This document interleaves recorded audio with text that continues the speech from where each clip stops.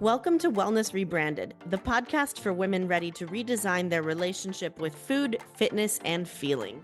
We are a registered dietitian, a personal trainer, and a mental health therapist. 3 experts, 1 mission. To help you break free from diet culture, hustle culture, and emotional burnout, let's redefine what wellness really means on your terms.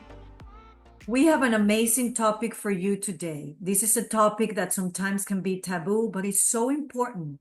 And it's around, it's everywhere. And that's why we heard this person talk about this topic not long ago, and we knew we had to have her in the podcast.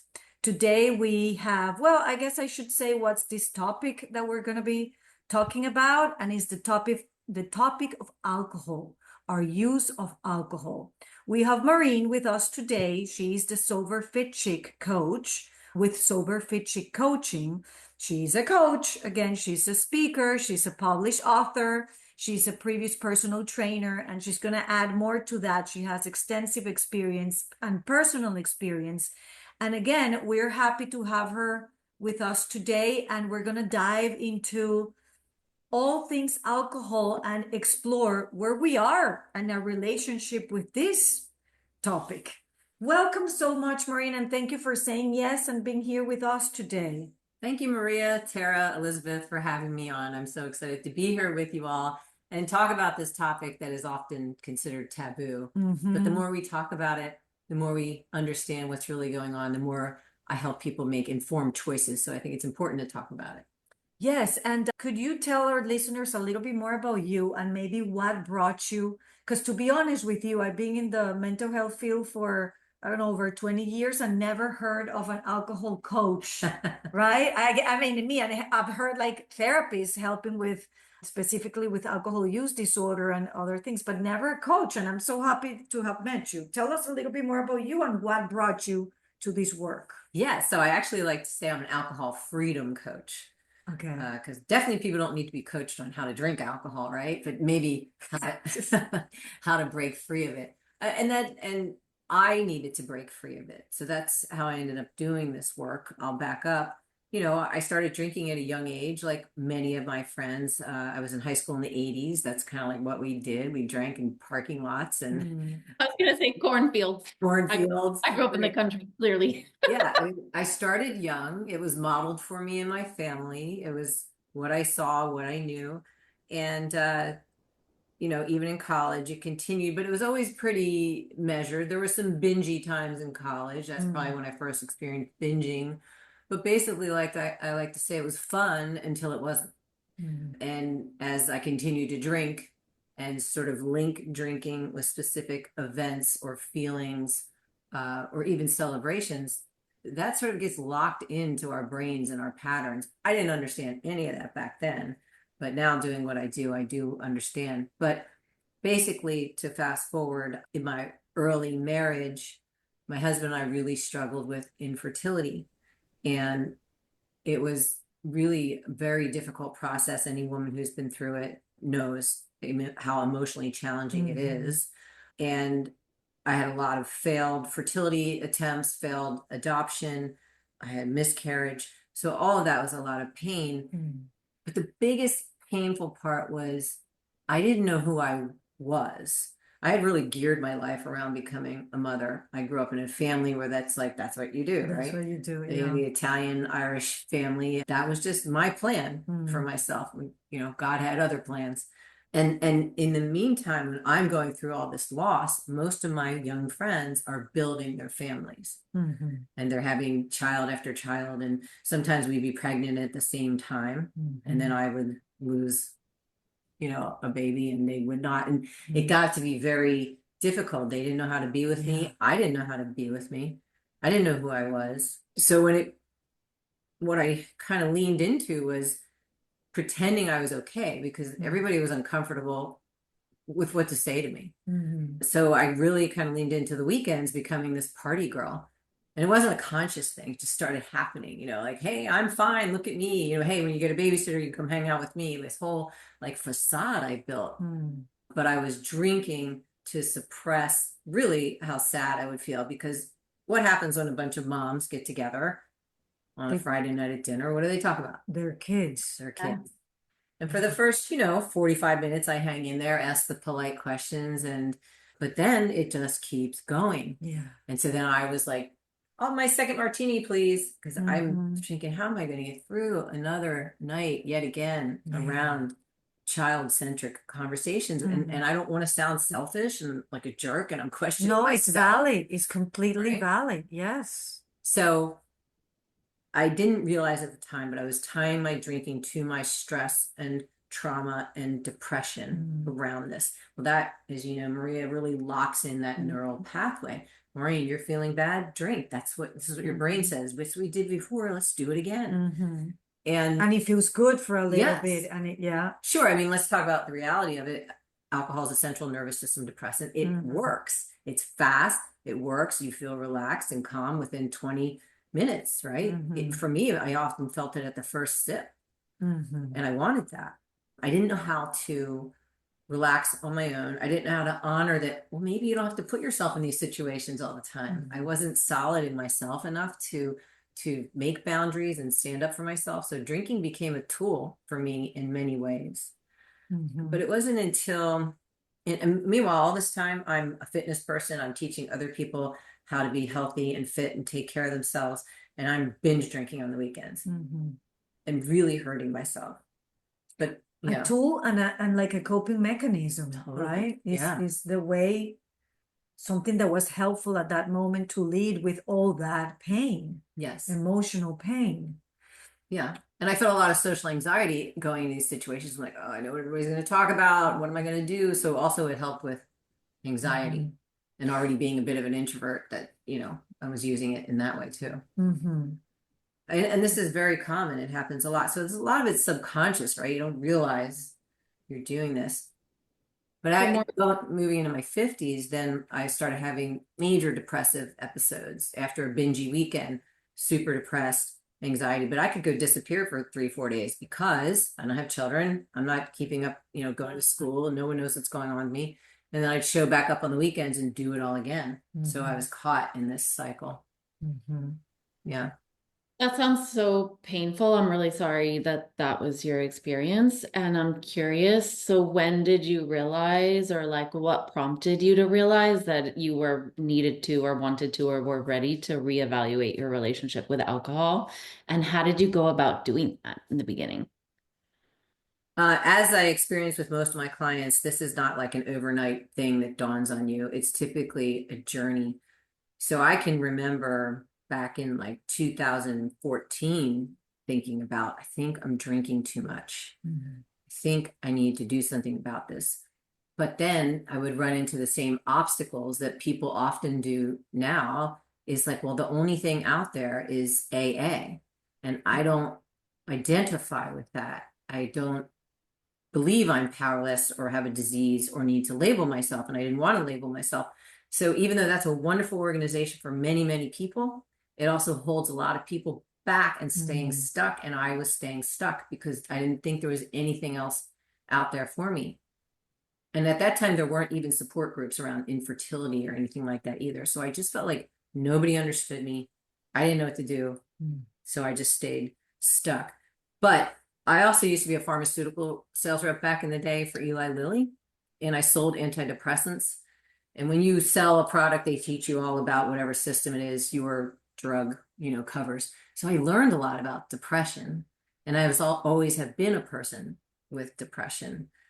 So when I started having these depressive episodes, I started thinking, well, wait a minute, I'm starting to put it together. After a bingey weekend, I go into a deep depression. So I started Googling, because, who else is going to help me?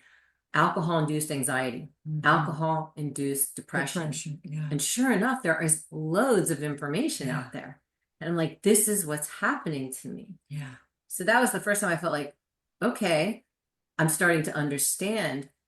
And that was already giving me my power back.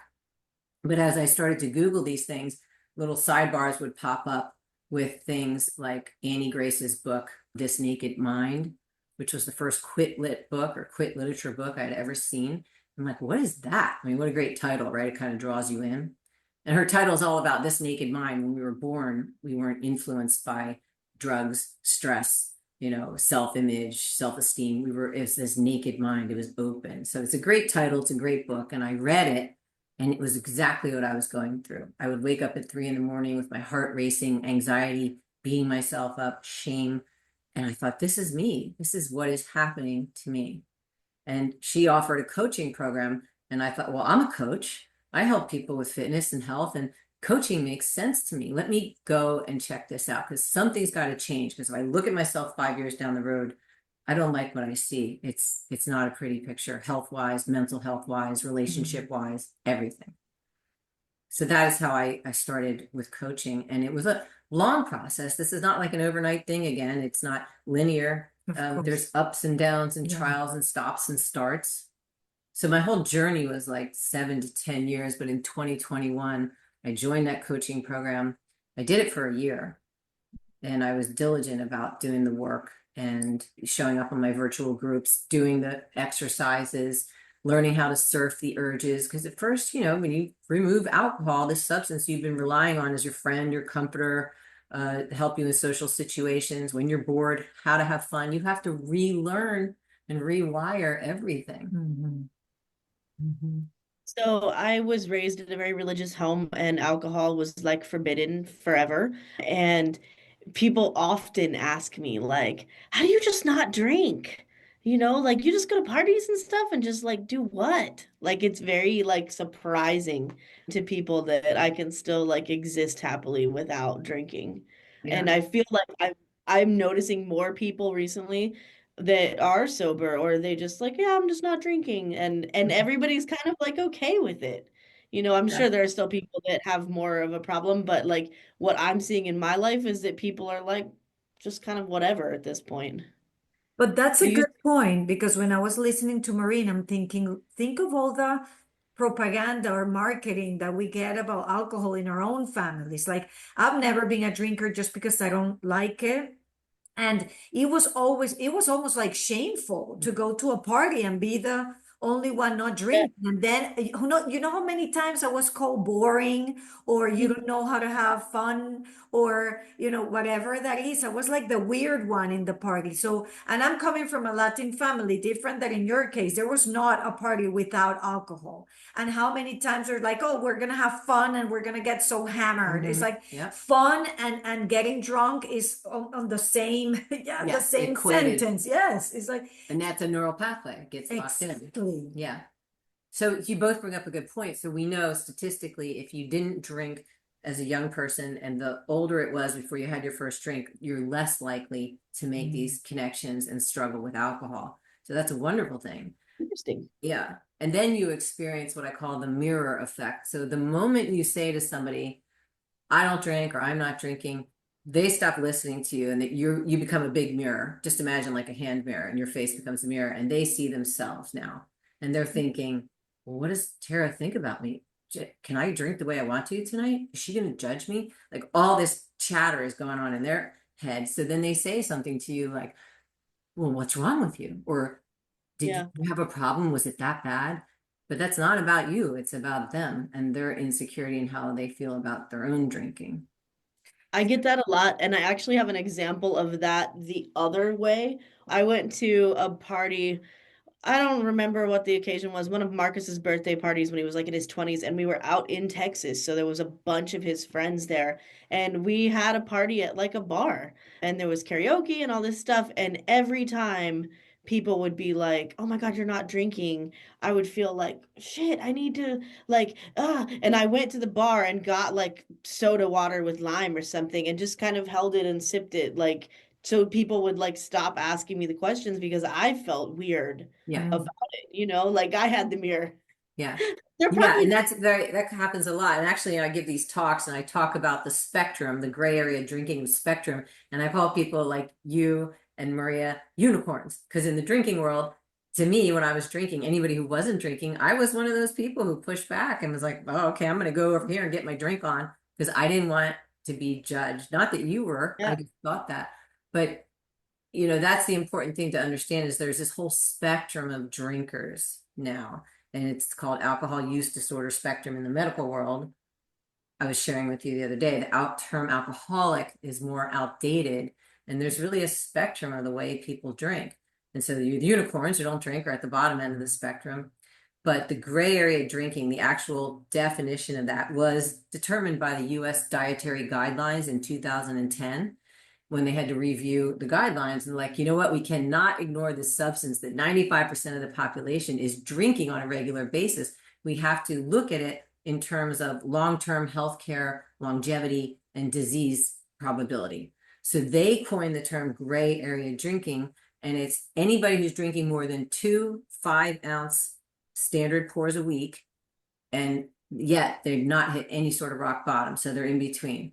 These are high functioning, working moms, business owners, people who work out, take care of themselves, but they're drinking more than they want to, and they know it, right? We're not talking about the people who are drinking and they don't care. The people I work with are people who are drinking more than they want to, and it's starting to affect them like it was affecting me, and they're questioning it, usually secretly, and they feel bad, but they don't know how to go to the next step, how to get unstuck. And that's what I help people with is, how do you handle social situations? How do you handle when someone says, what do you mean you're not going to drink? How do you handle when you have a craving? Because you will, you know, what do you replace? We always want to replace. If we remove this thing that you've been using for years as your friend, your tool, your comforter, all those things, you must replace or you go back to it. My It's all husband always been like a social drinker, throughout his life. He would definitely fall into that gray area category. And then when weed became legal here, 2 years ago, whenever that was, he just was like curious. And so, like, slowly but surely, he like quit drinking and started using like gummies or, you know, smoking weed or vaping weed or whatever. And then eventually he was kind of just like, you know what? I think I'm gonna throw away this bottle. We've had this forever. You obviously don't drink, and like I'm done drinking. So he would just like dump it down the drain. And I just thought, like, good, we have too much shit on our fridge anyway. Like I'm a minimalist person. And now it's to the point where he hasn't had a drink in like at least a year, if not longer. And eventually he quit smoking too. So he's like living that sober life and just kind of like landed there intuitively. I imagine that that's really rare. Yeah, I love how you described it was a process for your husband. And he removed the alcohol and he kept the gummies for a little while. And then he started to realize maybe I don't need that either. So it's always a process. And he was curious. You use that word. It's so important. It's so interesting to me how many parallels there are with diet culture, Yes. honestly. And there's so much, you know, I don't know if misinformation or mixed information, right? For a long time we were told, oh yeah, like some wine is like part of a heart healthy diet. And now the guidance has completely changed. And it's like, no, there's no safe level of alcohol. It is a Yeah. toxin.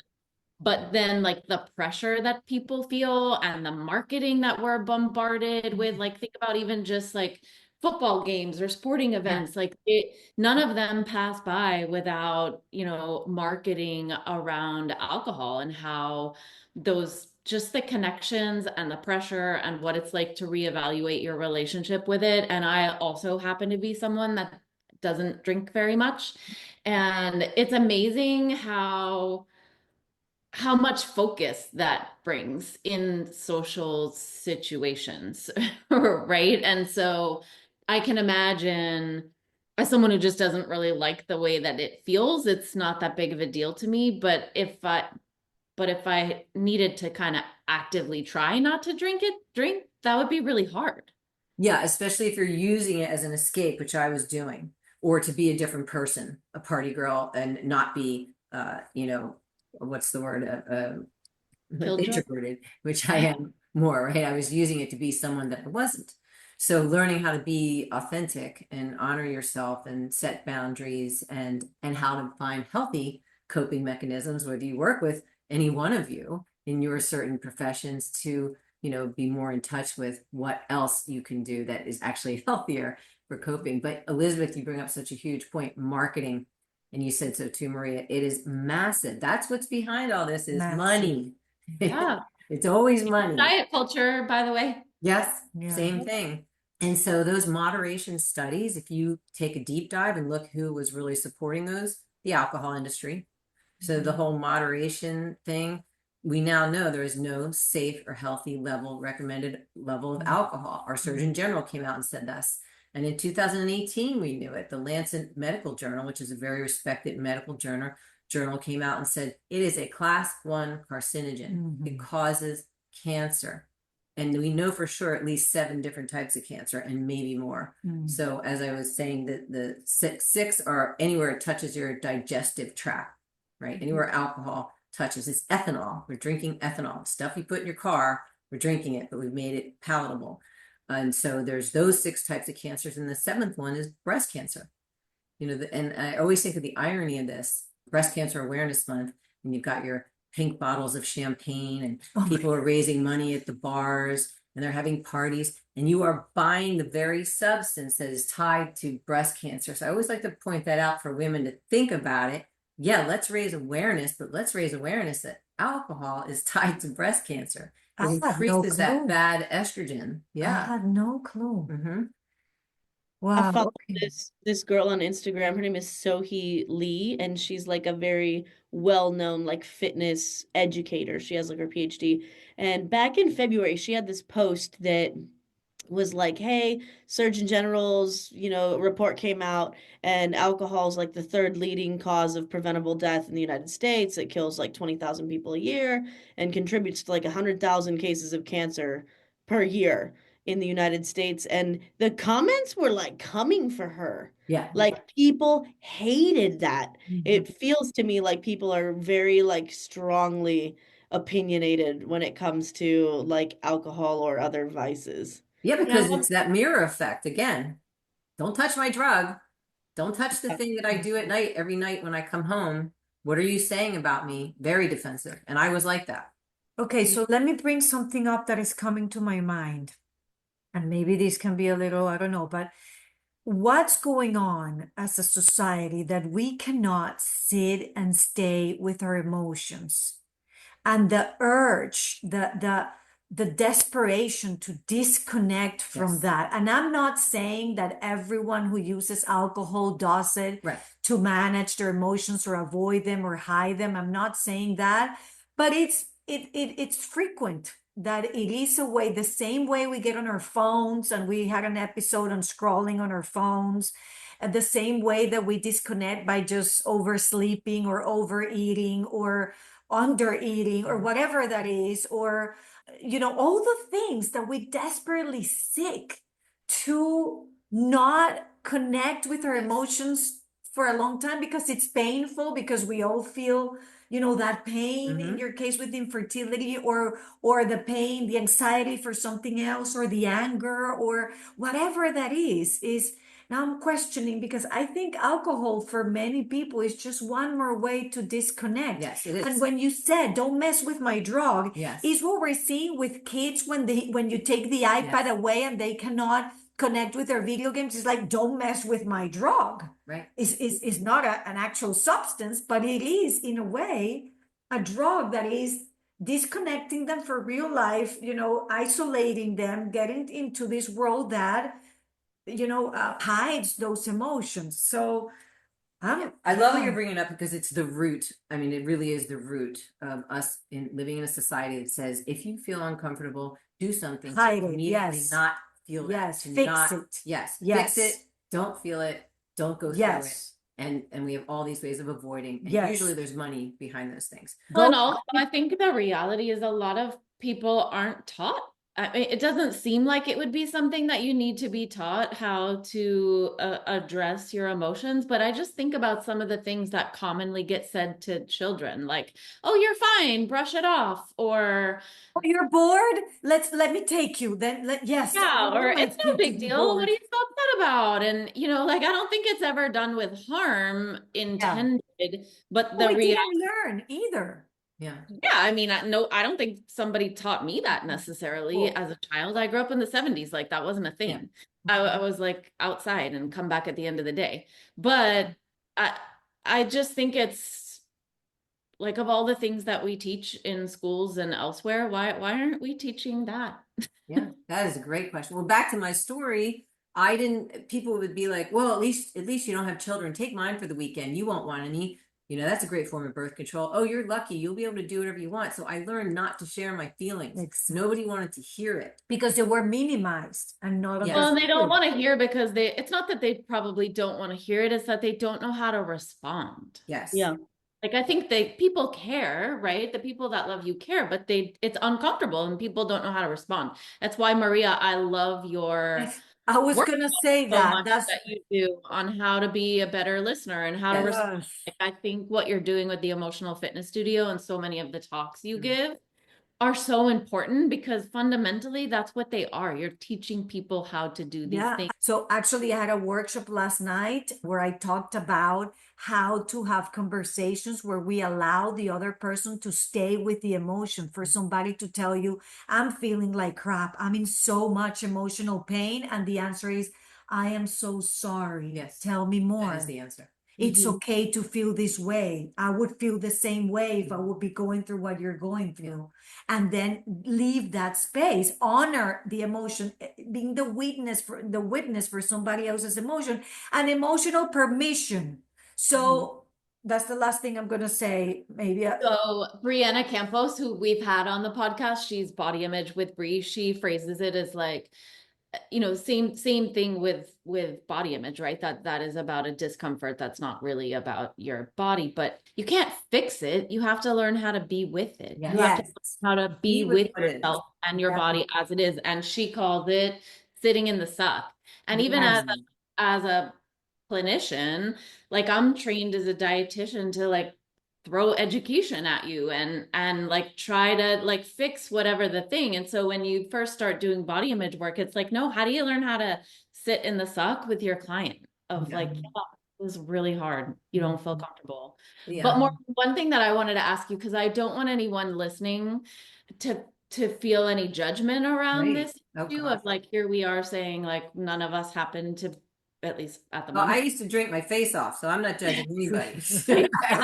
I want you to know that I was the queen of binger. When I told people I was not going to drink, I think this whole town had a conniption altogether. Like I literally had bartenders say, this one guy with an Italian accent, but Marina, we're going to lose so much money. Oh Like, my gosh. I know, I'm sorry, but I got to change for my own health and well-being. But I am not I want to be real clear. And that's why I can work with people because I'm like, I get it. I get you. I didn't want to drink. I used to be one of those people that would point out people who weren't drinking and walk the other way. I was the one who didn't want anybody to touch my drug. And I had to really relearn how to do all this. So that's how I can help people because I empathize. I was there. I do get it. I understand the struggles. And I would love to help other people experience the freedom that I never thought was possible ever. And it is really incredible on the other side of alcohol, all that has opened up for me and change and my passion and purpose, and even taking my pain from not having children and all that I went through around that. Because there are a lot of women, and this we're coming up on Mother's Day, who do struggle with this and keep it to themselves. So if anybody's listening that is going through that particular pain, I hear you and I see you. And We see you. so there's many reasons. I particularly also work with women who are childless, not by choice is the proper term. And many of those women, like I was, are numbing themselves to not go through, not sit in the suck. Yeah. So I get it. And I'm so glad you brought that up because I want to hear that loud and clear. There's no judgment. I feel So like what we talk are about like infertility and secondary infertility a lot on the show because that was a journey that I had as well. So I'm so glad that you brought that up, that this could be a resource for people that are listening and struggling with those things that may have turned to alcohol and want to fix their relationship or change their relationship with it. Yeah. Like I think it's great. Yeah, Maureen, I would love to ask you. So, for anyone out there, no matter where they fall in that scale of gray area drinking, it's very little, very lot, or whatever, what are some questions that you share with people to just begin to get curious in considering their relationship with alcohol? Yeah, that's a great question. So, first of all, it happens, you have to start becoming aware. There's many people that are drinking and they're drinking a lot and they're fine with it. Right? That's not who we're talking to. It's the people who start to become aware, like I did. I started waking up to like, oh, I think this is hurting me. I think this is really exacerbating my depression and anxiety. and I didn't feel good I wasn't in alignment with myself as a health and fitness professional. So that was a very bad feeling. And it was also not in alignment with my faith. I really felt like God had so much more for me. So if you're a person who's starting to have this awakening, these awareness kind of feelings, listen to your intuition. This is your body telling you, hey, I need help. I want to heal. I want to do something differently. And then be curious. We use that word a lot. Be curious, because alcohol tends to like hit you on the backside with shame. After you drink and you relax for those 20 minutes, because after that, that's not what's happening chemically. The next day, you beat yourself up with shame and anxiety. So the very reason why you're drinking, let's say to de-stress, to feel better, you end up feeling worse the next day. And it starts that huge cycle. So listen to that. Be curious instead of being like, what is wrong with me? Am I an alcoholic? Why don't I have any willpower? Instead, be like, why do I drink? What are the reasons I drink? Let me think about when I start thinking about a drink, what's going on in my life at that point, and what do I really need right now? If you can pause, there's so much power in that pause before pouring the drink, is pause. And a very quick one is, and I'm sure you use this a lot, Maria, am I hungry, angry, lonely, tired, halt? So the H, not only hungry, but hydration, because a lot of times when we're thirsty, crave alcohol, or if you're not eating enough, and specifically protein. Am I angry? And of course, under that goes depressed, frustrated, all those things. If you are, then find another outlet. And that's what I give people, tools and resources and tactics, including maybe you need to go to therapy. Maybe you need to see a dietitian to learn how to eat properly. Maybe you need to work with Tara to learn how to exercise more and feel good about exercise. There's all these resources. So they sound like common sense things, but when you're stuck in drinking has dulled everything for you. Just remember, you cannot selectively numb only one area of your life. It numbs everything. And everything becomes a little grayer, a little duller, and you start to lose your passion and motivation for doing so many other things. So be curious, listen to yourself, and then reach out. Vulnerability kills shame. Vulnerability kills shame. Queen Brene Brown always I said, was just gonna say, yeah. I use First it time with I my heard that, I was like, that was foreign to me. Wow. Okay, I am going to share. And the first coach that I went to who listened to me, I said, I think I'm drinking too much. And she said, let's talk about that. And that was amazing. Someone just, okay, well, let's talk about it.